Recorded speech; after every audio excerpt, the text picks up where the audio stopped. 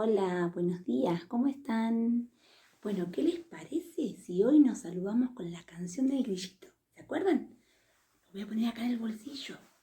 Y dice así: cuando salgo ligerito de mi casa hacia el jardín, voy buscando en el bolsillo un grillito que hace así: cri, cri, cri, cri. Buenos días, señoritas, buenos días, mi jardín. Buenos días, amiguitos, qué contento estoy aquí. Cri, cri, cri, cri. Muy bien, y ahora que nos saludamos, miren, tengo para proponerles hacer un juego. Es el juego de las adivinanzas. ¿Saben cómo se juega? Miren, así.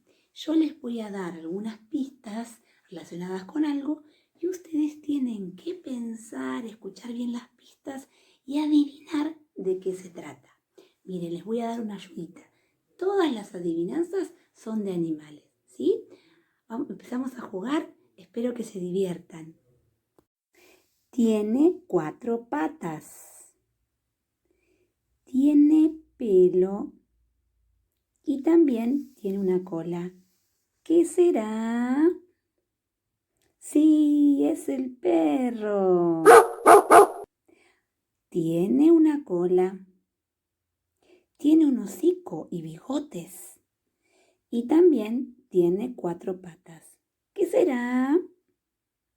Sí, es un gato. Tiene plumas. Tiene 2 patas. Tiene un pico.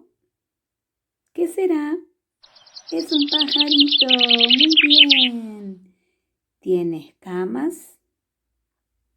Hace burbujas y vive en el agua. ¿Quién será? Sí, es el pez. Muy bien. ¿Y les gustó? Bueno, me alegro mucho. En casa pueden seguir creando nuevas pistas para adivinar nuevos animales. Bueno, les mando un beso grande y nos despedimos.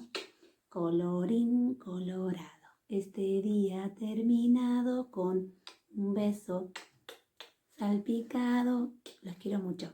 Besos.